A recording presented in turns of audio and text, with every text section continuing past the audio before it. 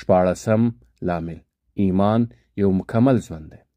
تر ټولو بدمرغه خلک هغه دي چې الله تعالی د ایمان له خزانو او د یقین له رڼا څخه بې برخه کړي وي.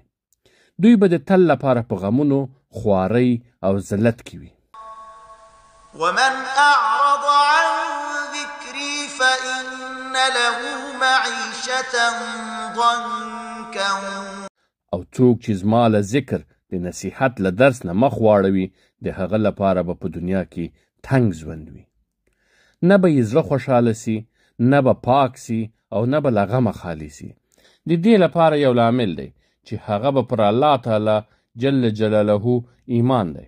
له ایمان پرته له سره په ژوند کې مزه نسته. إذا الإيمان ضاع فلا أمان ولا دنيا لمن لم يحيي دينه.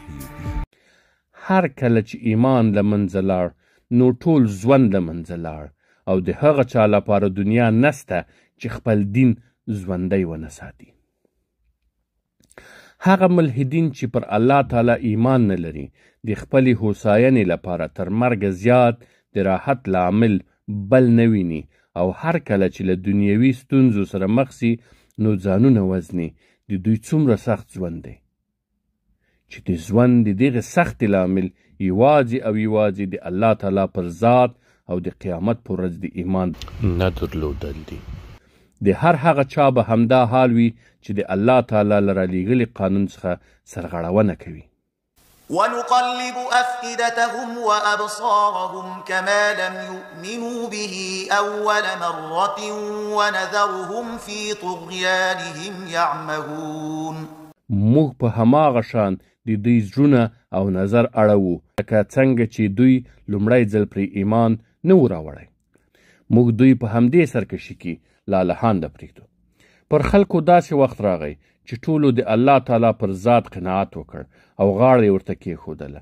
د توحید پر کلمه یې ایمان راوړ او دا د پیړیو له تجربو وروسته کله چې دوی په ښکاره توګه ولیدل چې بوتان هیڅ شی نه دي، هیڅ ګټه او ضرر نشي رسولی او دا هسې بې ګټې خرافات دي، کفر د لعنت وړ دی او الحاد درواغ دي، پیغمبران ریښتیني دي او الله تعالی حق دی.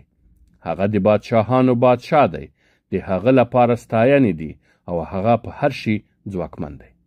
پر الله تعالی باندې ستا د ایمان په کچه به ستا په زړه کې اطمینان، راحت، آرام او قوت وي چې همدا ستا لپاره پوره نیکمرغي ده او پوره اطمینان دی.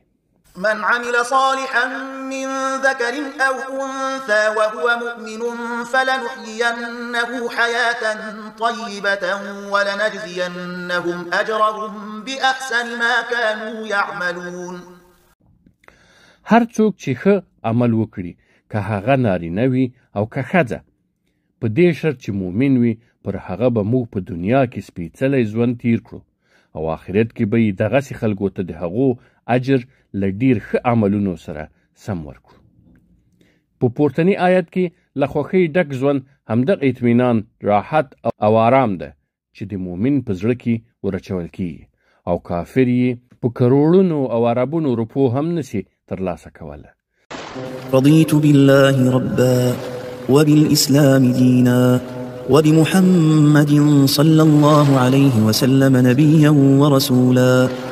زه پر الله تعالی د رب په توګه، پر اسلام د دین په توګه او پر محمد صلی الله علیه وسلم د پیغمبر په توګه خوښ او راضي یم. الحمدلله علی ذلک.